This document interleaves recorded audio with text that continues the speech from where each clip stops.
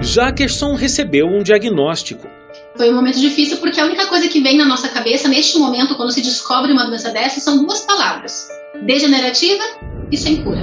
Com isso, mudou todo o rumo da vida dele. E aí, quando o Jackerson precisou trancar o curso, ele ficou pensando: e agora, o que eu vou fazer aqui? Então, nos momentos que ele se sentia muito triste e sentia que estava sem objetivo, ele começou a escrever. E de outras pessoas também. E levar essa salvação para as pessoas através dessa mensagem que o livro apresenta, tem animado essas pessoas e animado a nós mesmos, né, em meio a essas dificuldades. O Identidade está começando. Boa noite, tudo bem com você? Seja muito bem-vindo. Mais um episódio aqui do seu programa de Boas Conversas. Você já sabe, né? Nosso encontro segunda a sexta-feira às 11h30 da noite. Você ouve histórias lindas de cuidado, do amor, do carinho de Deus pelos seus filhos. Muito obrigado por me deixar entrar aí na sua casa e compartilhar essas histórias com você, tá? A nossa convidada de hoje vem contar um pouco da história da família dela, na trajetória de encontrar o chamado de Deus para a vida deles. Eles queriam servir, mas achavam que era por um determinado caminho. Só Deus mostrou que era de outra forma. Como família, a gente precisa estar muito atento ao que Deus pede e assim estarmos dispostos a ir onde Ele mandar. E vai ser o melhor pra gente, viu? Com certeza vai ser o caminho que vai nos deixar felizes. Mas antes de chamar a Gisele aqui, eu preciso deixar com você o meu presente de todas as noites, que tem tudo a ver com o que a gente vai tratar hoje aqui no programa. Eu tenho comigo a revista Entre Família. Com ela você conhece dicas, princípios bíblicos para edificação e restauração do seu lar. Esse presente, o envio dele até a sua casa, grátis, presente dos Anjos da Esperança para você. Então pode ligar, 0 operadora 12 21 27 3121. 0 operadora 12 21 27 3121. Você pode mandar uma mensagem também pra gente pelo WhatsApp. O código é o 12 98244 0077. 12 98244 0077. Você diz que viu a revista Entre Família aqui e quer receber aí gratuitamente na sua casa. É simples, é rápido e ela é sua. Hoje, então, você vai conhecer a história da Gisele Moraes. O esposo dela, o Jackerson, e o filho Arthur, eles serviam a Deus na educação adventista em Porto Alegre, mas sentiram que tinham uma missão maior e por isso se mudaram para a Bahia para estudar teologia e lá tudo mudou drasticamente. Mesmo com a drástica mudança e as adaptações, a família estava feliz. Porém, o Jackerson começou a sentir dores no joelho e nos braços, e quedas começaram a ser frequentes. Após muitos exames e consultas, foi descoberta uma doença neurológica degenerativa que atrapalharia sua decisão de ser pastor. O luto veio juntamente com muitas questões do que Deus tinha planejado para essa família, mas aos poucos eles foram entendendo e hoje pregam sobre a volta de Jesus através de um livro escrito pelo Jackerson. Essa história vem para nos mostrar que os planos de Deus são maiores que os nossos e precisamos estar dispostos a entender. Em 30 segundos, a Gisele vai estar aqui no Identidade para contar mais detalhes de tudo isso. Você não pode perder, a gente volta já.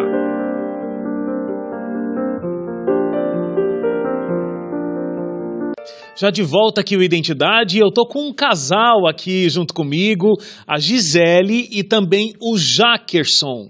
Olá, tudo bem com vocês? Olá, boa noite. Boa noite. Olá, boa noite. Vamos contar essa história do grande desejo que vocês tinham, por um momento sentiram que não daria para realizar esse sonho e hoje esse sonho está plenamente em curso, que é colocar vocês dois como família a serviço de Deus, né? Sempre a família estava muito ligada ao serviço e esse era o grande plano. E vocês achavam que era um caminho e Deus acabou mostrando que era outro. Olha, deixa eu tentar dizer aqui.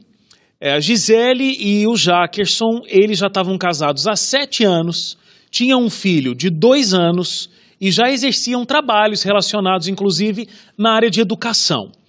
Ambos trabalhavam, inclusive, na educação adventista em Porto Alegre, moravam perto da família e tudo mais. O que deixava tudo numa situação muito confortável. Mas aí, o Jackerson, em algum momento, sentiu um chamado de Deus para ir além do trabalho na educação, mas para ser um pastor. Como foi esse chamado, Jackerson? Foi mais ou menos assim. As pessoas começaram a me incentivar a ir para o teológico. E aí eu senti que Deus estava me chamando. Como é que foi para você, Gisele? Você aceitou tranquilo essa ideia do Jackerson de não, eu quero ser pastor, quero ir para outro lugar e ter essa vida ministerial? Não aceitei nada bem.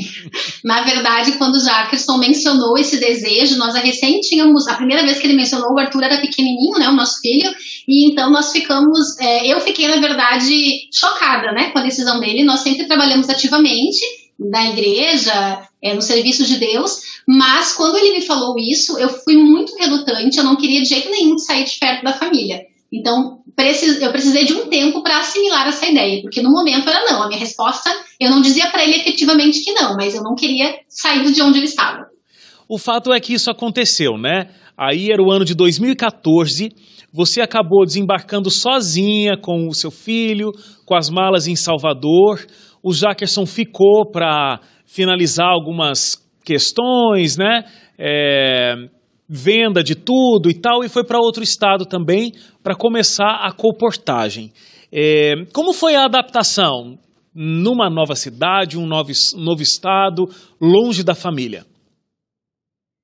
Na verdade, eu cheguei lá na Bahia em dezembro de 2015, no dia 24 de dezembro, fui com um menino para lá, né?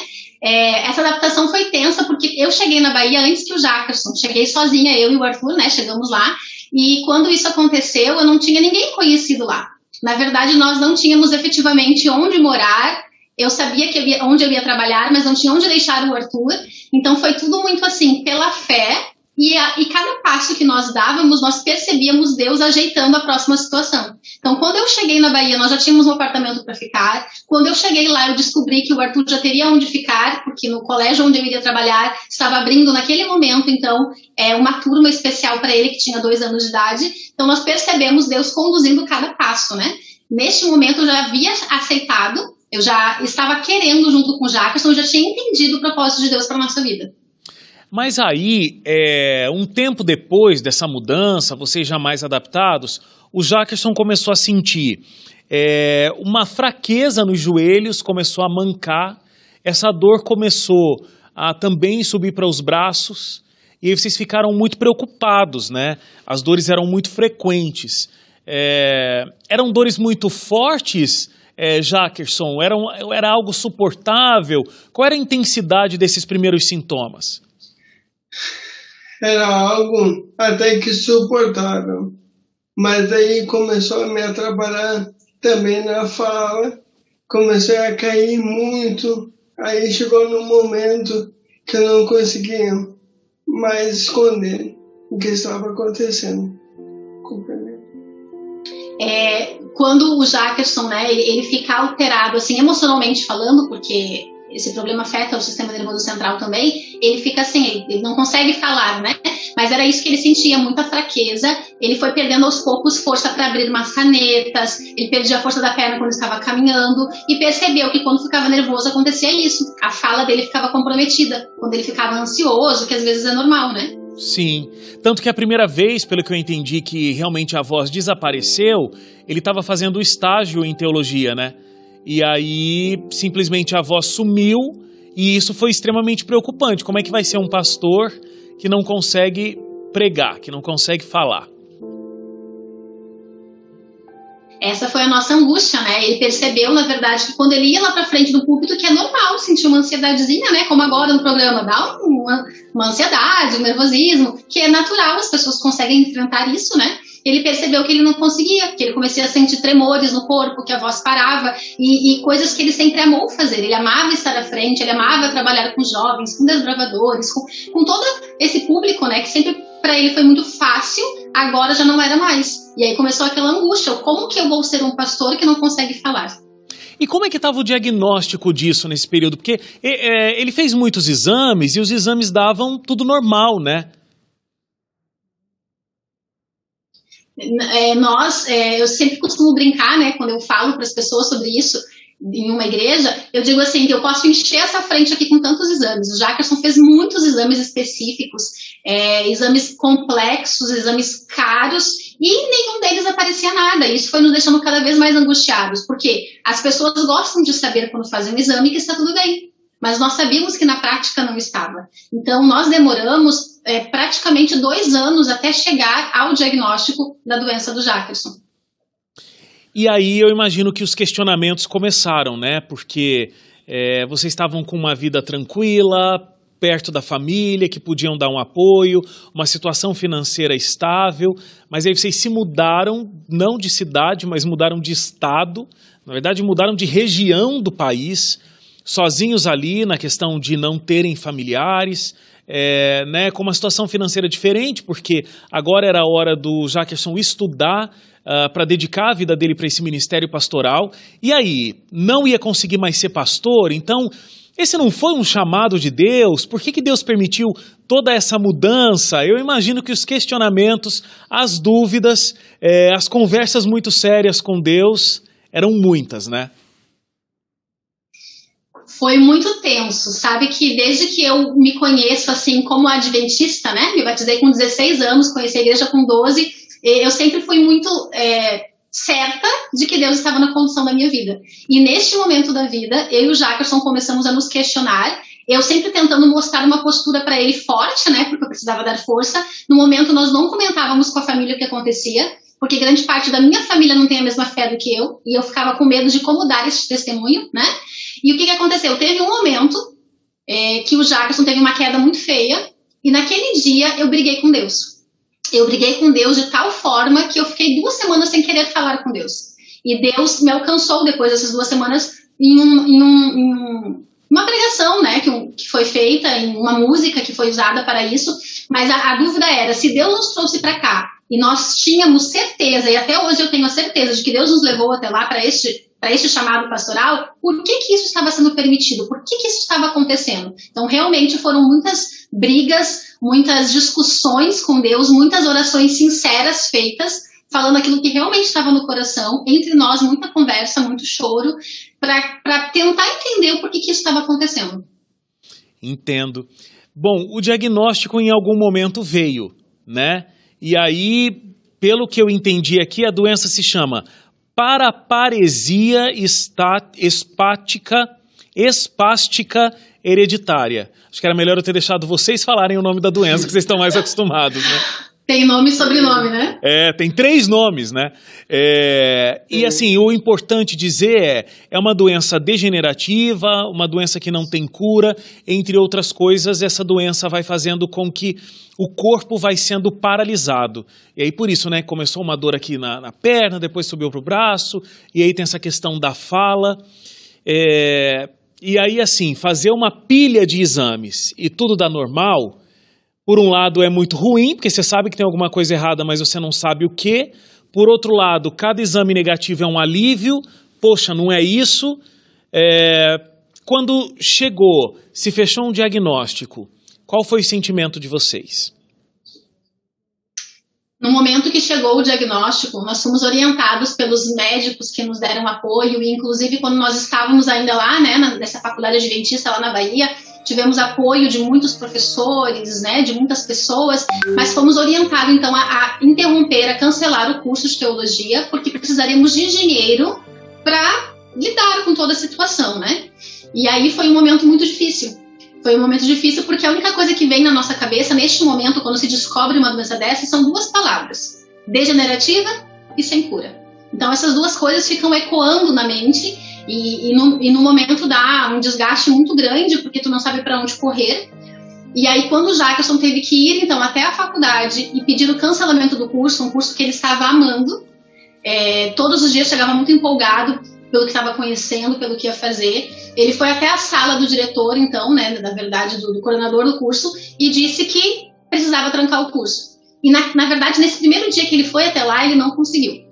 Ele se emociona quando fala nisso, né, nós estamos aqui nos controlando, mas foi muito difícil. Foi muito difícil, ele não teve forças, ele precisou voltar um novo dia lá para poder dizer que, então, ele ia cancelar esse curso. Eu imagino. Porque realmente nós tínhamos colocado no nosso coração a vontade de servir a Deus de forma integral. Com certeza. Mas hoje vocês servem a Deus, os propósitos ou o jeito ou o formato, só que é um pouco diferente, né? A gente vai fazer uma paradinha para o intervalo, vamos na volta entender como é que foi essa conversa, quais foram os próximos passos e como esse ministério está acontecendo hoje. Intervalo rápido, a gente volta já.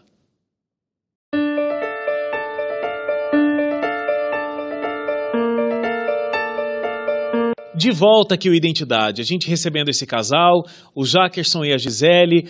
O Jackerson sentiu o desejo de fazer teologia, eles se mudaram de estado para poder realizar esse sonho, então muitos desafios até então, estava estudando e aí, através de alguns sintomas, o Jackerson descobre que tem uma doença que é degenerativa, uma doença que não tem cura. Aí o sonho se quebra, o que vai ser da vida, o sonho se desmonta, o entendimento de qual é o propósito de Deus já fica meio obscuro.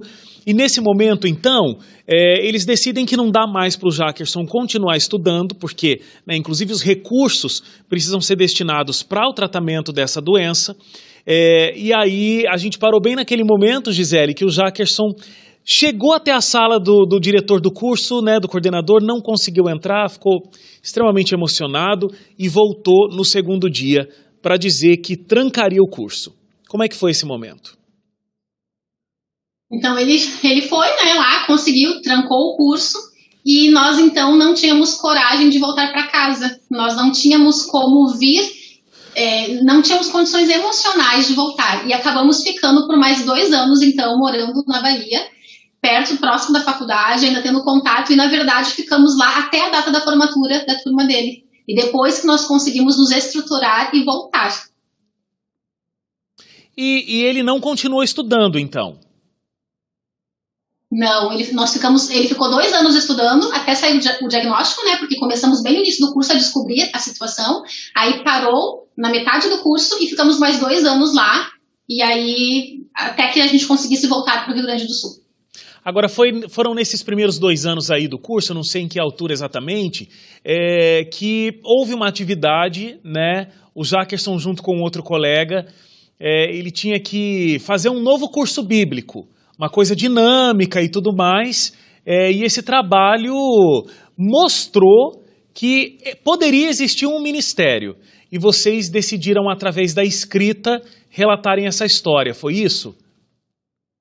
Foi, o professor pediu um curso interativo, né, que chamasse a atenção de jovens e adolescentes. E aí eles tiveram a ideia de escrever algo sobre os últimos momentos nessa terra.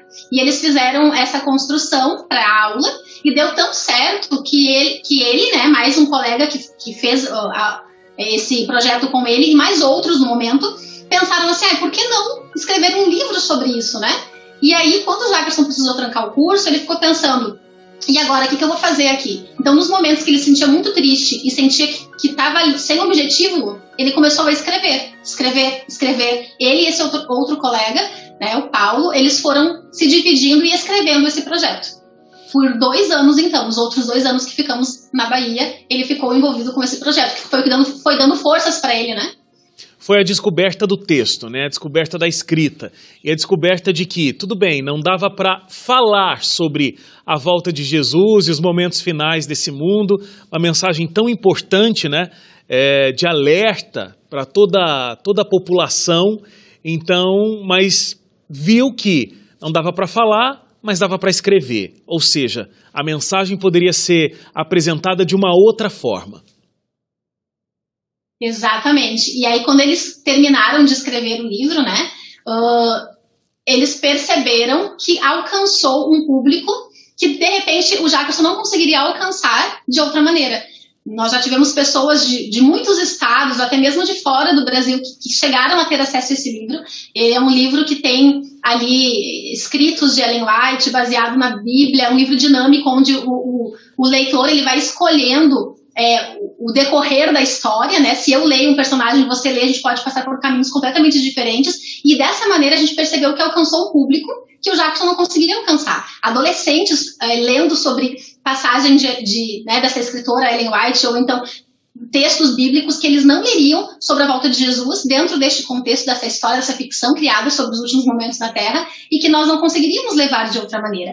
Então nós entendemos que Deus realmente tinha nos chamado e que não foi possível fazer da maneira como nós pensávamos que seria, mas Deus nos mostrou um outro caminho onde nós pudéssemos continuar levando então a mensagem de Deus. E como têm sido os resultados? O que as pessoas que entram em contato com o livro falam para vocês? Você já tem histórias de pessoas que aceitaram a verdade porque leram o livro? Como é que tem sido o resultado desse trabalho? Nós temos tido muitas histórias.